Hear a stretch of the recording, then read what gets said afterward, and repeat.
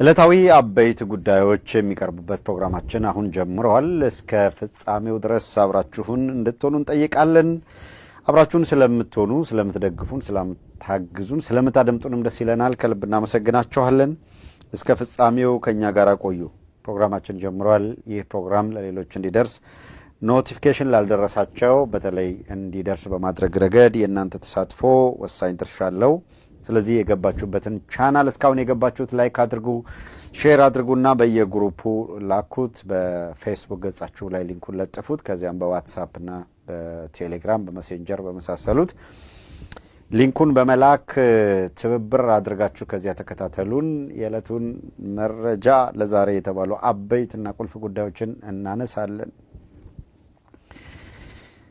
እንግዲህ በረምብላ የገባችሁም አንድ አፍታ መታችሁ የዩቲዩብ ቻናል ላይ ላይክ ብታደርጉ መልካም ነው። የገባችሁት በነገራችን ላይ የገባችሁበትን ቻናል ሰብስክራይብ ሳታደርጉ እየተከታተላችሁ ያላችሁ ደግሞ ቀዳሚ ስራ ላይክ ማድረግ፣ ሰብስክራይብ ማድረግ፣ ከዛ ሼር ማድረግ የሚለውን ታሳቢ አድርጉ።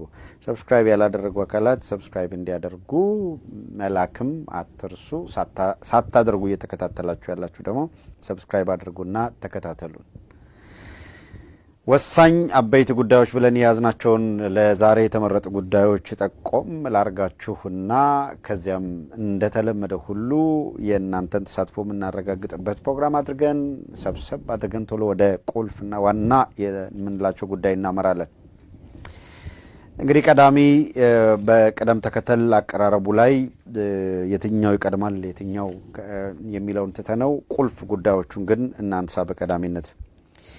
በኢትዮጵያ ውስጥ የሐኪሞች አድማ እጅግ በከፍተኛ ሁኔታ ተጠናክሮ ቀጥሏል። አገዛዙ በዚህ ሁኔታ የገባበት ድንጋጤ እና መሸበር የተለያዩ ፕሮፓጋንዳዎችን ወደ መስራት እንዲሸጋገር አድርጎታል። የጤና ሚኒስትሯ በትላንትናው ዕለት ምንም አይነት አድማ እየተካሄደ እንዳልሆነ መግለጫ በመስጠት የሕክምና ተቋማት መደበኛ ስራቸውን እየሰሩ ናቸው በሚል ነበር የገለጸችው። ይሁን እንጂ በዛሬው ዕለት ደግሞ ሐኪሞች ስራቸውን በአግባቡ እንዳይወጡ በሕክምና ተቋማት አካባቢ ላይ የተጽዕኖ የሚፈጥሩ የሐኪሞቹ ወደ ስራ ገበታቸው እንዳይመለሱ የሚያስገድዱ አካላት አሉ የሚል ነገር ተናግራለች። የጨነቀ ዕለት እንደሚባለው ነው። እንግዲህ በሕክምና ተቋማት በከፍተኛ የሕክምና ተቋማት ደረጃ የማስታወቂያዎች ወደ ስራችሁ ካልተመለሳችሁ የሚለው ማስታወቂያ አሁን ተለውጦ የስራ ቅጥር የጊዜያዊ የኮንትራክትና የመደበኛ የስራ ቅጥር አውጥተው ወደ መለጠፍ ተሸጋግረዋል። ይሄም የሚመዘገብ ሰው እስካሁን ድረስ አልተገኘም።